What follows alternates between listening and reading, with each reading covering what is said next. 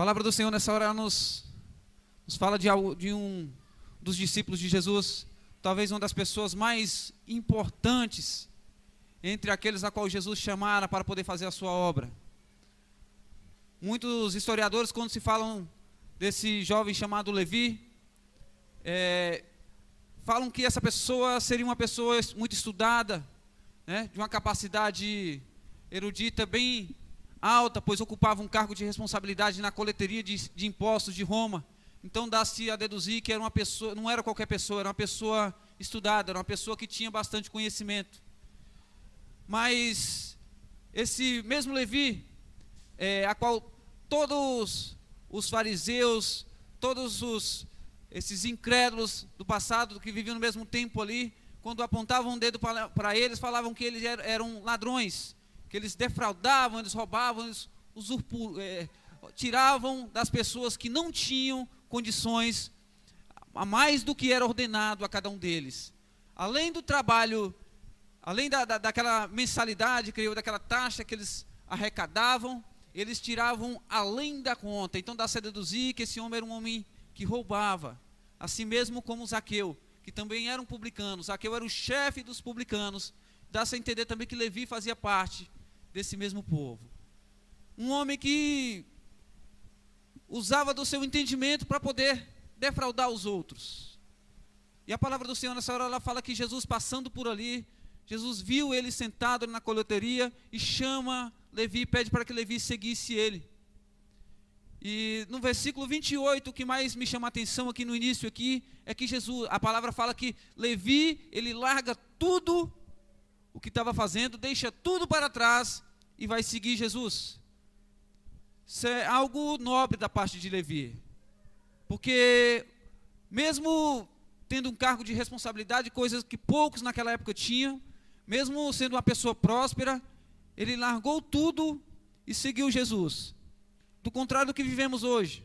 Hoje em dia não se vê acontecer mais esse tipo de coisa. Quem tem um cargo de responsabilidade, seja no governo, seja em outro canto, se chegar uma pessoa e falar assim, você tem que largar tudo o que você tem, tudo que você está fazendo, e você vai seguir Jesus de hoje em diante. É o próprio Jesus que está te chamando. Hoje em dia eu creio que são poucas, raras, os casos, se é que existem, de pessoas para fazer esse tipo de coisa que Levi fez. Um ponto para Levi, pois creio eu que ele quebrantou, tinha um coração quebrantado. Ele não era igual aos outros. Mais à frente a palavra do Senhor fala que o próprio Levi, ele ofereceu um grande banquete na casa dele. E nisso o Senhor Jesus estava lá comendo junto com os seus discípulos e mais algumas pessoas. E nisso os hipócritas, os fariseus, chegaram lá e começaram a apontar o dedo. Falaram assim, mas como pode vocês andarem numa pessoa que se diz tão santa, e essa pessoa está comendo com um monte de ladrão?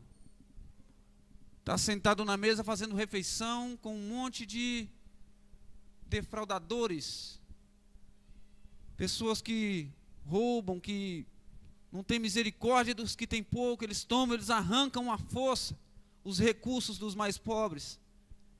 Como pode o mestre de vocês fazer esse tipo de coisa? Jesus, ele dá uma resposta surpreendente àquele povo naquela hora. Porque Jesus olha para eles e pega e fala assim, não são os sãos que precisam de um médico, mas sim aqueles que estão doentes. O que Jesus estava querendo dizer naquela hora ali? Ele estava querendo dizer que o evangelho do Senhor, o evangelho que é ministrado, não é para aqueles que se julgam ser santos, para aqueles que se julgam que conhecem tudo na palavra de Deus, que cumprem tudo na palavra de Deus. O evangelho é para aquele que não tem o conhecimento ainda. É para aquele que está no pecado, que está sendo arrastado pelas correntes de Satanás e dos seus anjos. Para isso é o evangelho. É isso que Cristo está querendo dizer para aquele povo e para a gente nessa noite. O evangelho, meu irmão, ele não tem que ficar limitado dentro da igreja. O evangelho, ele não tem que ficar preso, né, dentro de vasos, que eu sou um vaso, você é outro vaso. Você aprende aqui o evangelho do Senhor Jesus Cristo e ele não tem que ficar preso junto com você. O que você aprende aqui na igreja, o que o pastor ensina, você tem que pegar essa semente que você pegou aqui nessa noite e levar e ministrar para alguém aí afora. Muitos hoje em dia deixam de vir para a igreja, deixam de frequentar cultos, porque eles falam dessa forma. Olha só, aquele irmão que está lá dentro da igreja, ele era assassino. Aquele irmão que está lá dentro da igreja é ladrão. Aquela irmã ali, ela se vendia. Como é que eu vou frequentar um lugar desse? Eu já cansei de ouvir isso, irmãos. Já cansei de ouvir isso. Pessoa matou, roubou e hoje em dia está se escondendo atrás da palavra de Deus. É o que mais se ouve por aí.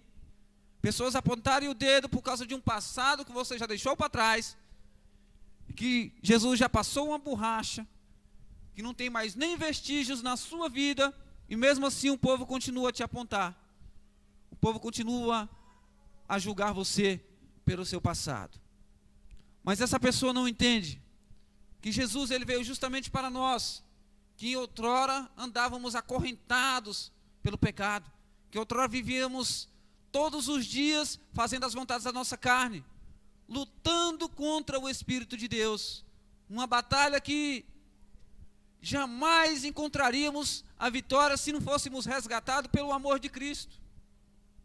O homem por si só, o apóstolo Paulo lá na carta aos Romanos, no capítulo 7, ele fala que o homem, ele tende ao pecado, a inclinação da carne é para o pecado, e todas as vezes que ele pensa fazer o bem, ele não consegue, porque a carne só quer fazer o que é errado.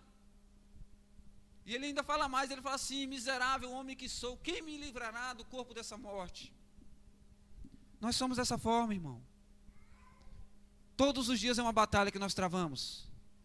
Aquele velho homem que andava uma vida totalmente corrompida lá atrás, ele está aqui dentro toda hora lutando aqui para ele reviver de novo. O que nos dá força para resistir é a palavra de Deus, é o Evangelho de Jesus Cristo. Ele que supre as nossas necessidades dia após dia. E pessoas, meus irmãos, que às vezes se afastaram da presença do Senhor, que estão lá fora, que julgam outros irmãos dentro da igreja, fazem da mesma forma que esses publicanos que esses fariseus estavam fazendo aqui. Conhecem a sua vida, o que você viveu, às vezes um pecado, alguma coisa que você deixou escapar, essa pessoa hoje em dia ela continua a te acusar, continua a apontar o dedo para você e se afasta da igreja e continua a difamar o nome da igreja e com isso crucifica Jesus novamente e a vida dele tende a piorar cada dia, cavando um buraco para si próprio, cada dia afundando mais e mais. É assim que acontece.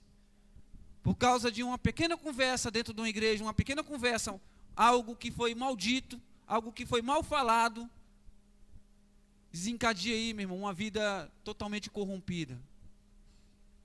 Em Hebreus capítulo 6 fala que é uma pessoa que um dia experimentou da graça de Deus, que provou do amor celeste, que viveu na presença dos santos. Uma vez que essa pessoa ela se afasta e começa a defamar o nome de Cristo, é impossível que ela volte atrás, a não ser que seja arrastado pelas forças do nosso Deus. É impossível. Vocês conseguem entender isso? O perigo que é as más conversações dentro da igreja, o perigo que é você apontar um pecado do seu irmão dentro da igreja. Irmão, a igreja de hoje em dia, infelizmente a maioria delas está uma calamidade. Uma calamidade. Hoje em dia não se prega mais salvação. Hoje em dia não se fala mais em uma morada com Deus. Não se fala. O que se prega por aí é prosperidade, é bênção, é libertação. Eu tenho um entendimento hoje comigo. Culto de libertação na igreja. Meu irmão, o culto de quarta-feira é um culto de libertação. Se fizer um culto na quinta-feira, é culto de libertação. E assim por diante. Todos os dias da semana é um culto de libertação. Sabe por quê? Porque a partir do momento que você assume uma postura de cristão, que você se coloca na presença do Senhor e você fala assim: eu vou seguir a Cristo. Você não pode estar endemoniado, meu irmão. O demônio ele não pode mais agir na sua vida de forma nenhuma. Todas as vezes que você vai a um culto onde se fala do amor de Cristo, onde se fala da presença de Deus na sua vida, meu irmão, é um culto de libertação. Todas as vezes. Culto específico de libertação, culto específico para prosperidade. o Senhor, Ele conhece todas as suas necessidades. E a palavra fala que Ele é que sabe o que é melhor para você. Ele fala que os caminhos dele é bem melhor do que os nossos. A vontade dele é melhor do que as nossas. Se nós realmente crermos no Senhor Jesus, nós depositaríamos toda a nossa confiança nele. E saberíamos que o que estamos recebendo dia após dia é plano de Deus para a nossa vida. E Ele sabe que aquilo ali é o melhor para você. Muitas vezes a gente trabalha errado, faz coisas erradas e a gente vai colher os frutos daquilo ali. Mas mesmo assim o nosso Senhor, Ele nunca deixou de agir com misericórdia para as nossas vidas. O salmista, ele fala que Deus não nos paga segundo as nossas ações, as nossas obras. O Senhor é misericordioso. E nessa noite, a palavra do Senhor é que ela nos fala que a igreja, ela tem que assumir uma postura de cristão, ela tem que parar de apontar o dedo para os outros, ela tem que parar de falar mal dos outros, falar mal do pastor, ela tem que assumir uma postura de cristão. O Cristo que veio para os que são salvos é o mesmo Cristo que veio para os que estão aí no mundo perdido. Ninguém pode saber quem é que Cristo quer salvar. Ninguém. Pode ser o pior assassino da face da terra, mas se o Senhor tiver um plano de salvar aquela vida, não vai ser nem eu, nem você, nem pastor nenhum que vai impedir. Vamos olhar com misericórdia para os que estão nas ruas largados. Vamos ter compaixão, vamos se colocar no lugar dessas pessoas. Teve um culto que a gente fez aqui, 12 horas de culto. Quem estava aqui? Nós fizemos um trio, não foi, irmã? Que saímos para evangelizar. Foi eu, a irmã, o filho dela, e saímos em 3 pessoas para sair evangelizar no meio das ruas. Chegamos a um local ali que creio que são poucas as pessoas que teriam aquela ideia de chegar até aquelas pessoas ali, um bar, onde as pessoas estavam bebendo com o som do carro ligado, e um som alto, e o filho dela pegou e direcionou para essas pessoas para poder ministrar a palavra do Senhor lá. Meu irmão, vocês não entendem o que aconteceu. No momento que nós chegamos perto desse pessoal, eles viram que nós estávamos com a Bíblia na mão, com as camisetas, tudo, né, com o nome, com a mensagem de Cristo, eles pegaram, abaixaram o som do carro na hora. Abaixei. Vamos. Baixa aí que você tem algo para falar para a gente aqui. E nisso, a irmã foi conversar com um rapaz, o filho dela foi conversar com outro. Teve um lá que ficou bravo, porque nós fomos conversar com uns e deixamos ele por último. Vocês estão entendendo isso? Ficou ou não ficou, irmã? Ele ficou bravo, falou assim, não, eu também não quero mais conversar não, porque vocês chegaram, que vocês foram conversar primeiro, foi com eles.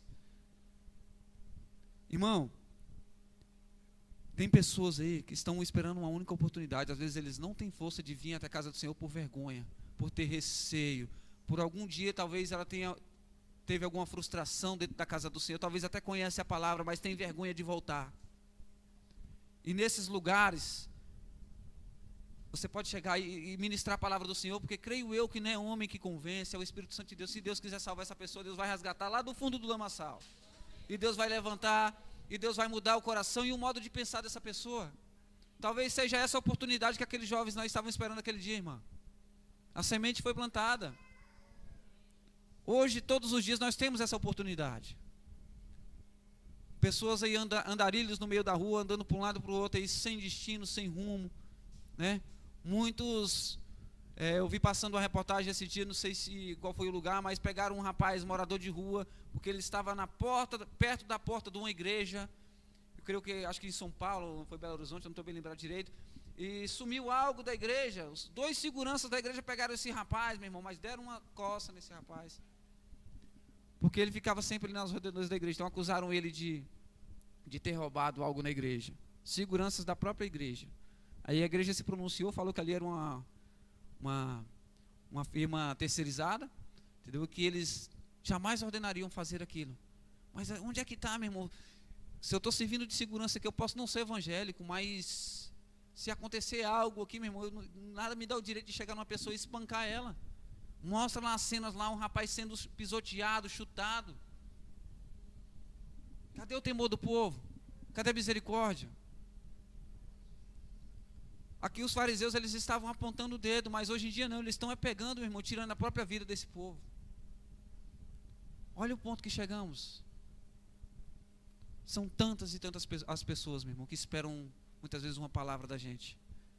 Às vezes a gente mora do lado de uma pessoa que está totalmente atribulada ali, e ela não tem a capacidade de chegar até a gente. Ela espera uma oportunidade de você abrir a boca e falar para ela que Jesus ama ela. E às vezes nós nos trancamos, nos fechamos tanto que a gente passa todo dia do lado daquela pessoa e a gente não abre a boca para falar nenhum bom dia para ela. Nós devemos pensar o que nós estamos fazendo com o evangelho que nós estamos aprendendo, essa é a verdade. Os exemplos que Cristo nos deixou. Se nós observarmos pequenas coisas, pequenos gestos que Cristo nos deixou para que nós olharmos, esse mundo, meu irmão, estava totalmente diferente. Totalmente diferente. Muito se espera do povo de Deus, mas pouco se faz, essa é a verdade. Pouco se faz. Quando eu estou dentro da igreja aqui, eu aprendo que eu tenho que conquistar acima de qualquer coisa, eu tenho que passar por cima de qualquer coisa para me conquistar algo. Não tem amor de Cristo nisso aí. Não tem. Não tem.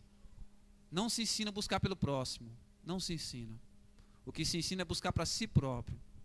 Cristo não deixou esse exemplo para nós. Não deixou. Tratar todos com humildade, com amor. Primeiro o maior mandamento, os dois maiores mandamentos: amar a Deus sobre todas as coisas e ao próximo como a ti mesmo. Nós estamos amando ao próximo, ou nós estamos fazendo igual esses fariseus aqui, apontando o dedo? Olha lá, é ladrão, está comendo com ladrão. Você não pode entrar aí, que essa pessoa rouba, essa pessoa mata. Sai de perto desse povo. Está dessa forma. Infelizmente. Infelizmente. A palavra do Senhor fala que a seara está madura. Está no ponto da colheita. E é bom o Senhor da vinha enviar ceifeiros, porque a seara é grande. São muitos e muitos os que estão andando naquele caminho largo, meu irmão. E cabe a você, cabe a mim, mostrar o verdadeiro caminho a essas pessoas. É a verdade. Doa quem doer, meu irmão. É a verdade. Fala, meu irmão, você está indo por um caminho aí que vai te levar à perdição. E não tem mais volta. Não tem mais volta. É isso que nós devemos fazer nesses dias. Amém? Gostaria que você ficasse de pé.